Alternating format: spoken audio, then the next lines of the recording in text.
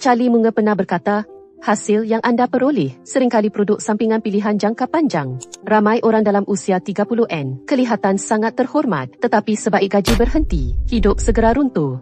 Bukan kerana mereka malas, tetapi kerana mereka bekerja untuk hutang. Orang kaya sebenar buat sebaliknya. Mereka utamakan labur wang di tempat menjana wang. Walaupun perlahan, walaupun kecil, walaupun pada mulanya tidak ketara.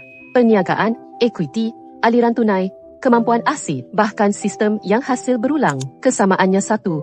Hari ini anda berusaha, masa depan ia balas anda berkali-kali. Anda akan dapati, mereka tidak tergesa naik taraf hidup, bukan tidak menikmati, tetapi jelas urutan. Peringkat modal tidak untuk bermegah, peringkat pulangan barulah untuk belanja.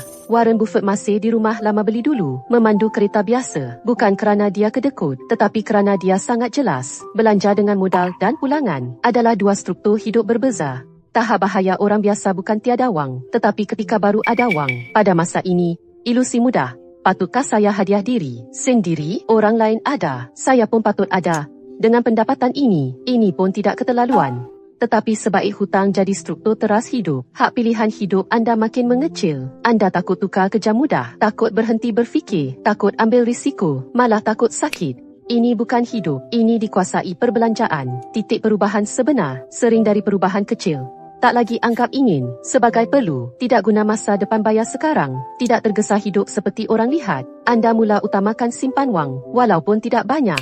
Mula biar wang cuba kerja, walaupun perlahan. Mula peduli aliran tunai bukan muka. Anda dari pengguna perlahan ke pengeluar, walaupun hanya selangkah. Arahannya sudah berbeza sama sekali. Kekayaan bukan keajaiban tercapai cepat, tetapi pilihan betul berkali-kali. Ingat, hutang tak buat anda lebih baik, ia hanya buat anda lebih patuh. Wang tidak tentukan siapa anda, tetapi kedudukannya tentukan untuk siapa anda kerja. Jalan perlahan tak apa, asalkan jangan terbalik. Letak wang di sisi anda dulu, masa akan tolong anda. Rasa selamat sebenar bukan apa yang anda miliki, tetapi bila anda berani berhenti, dunia pun tak berani buat apa-apa.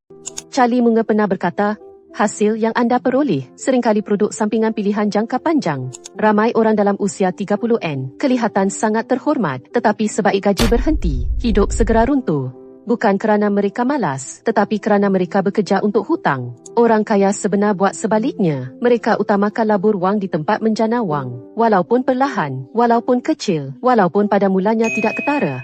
Perniagaan, ekuiti, aliran tunai, kemampuan asid, bahkan sistem yang hasil berulang. Kesamaannya satu.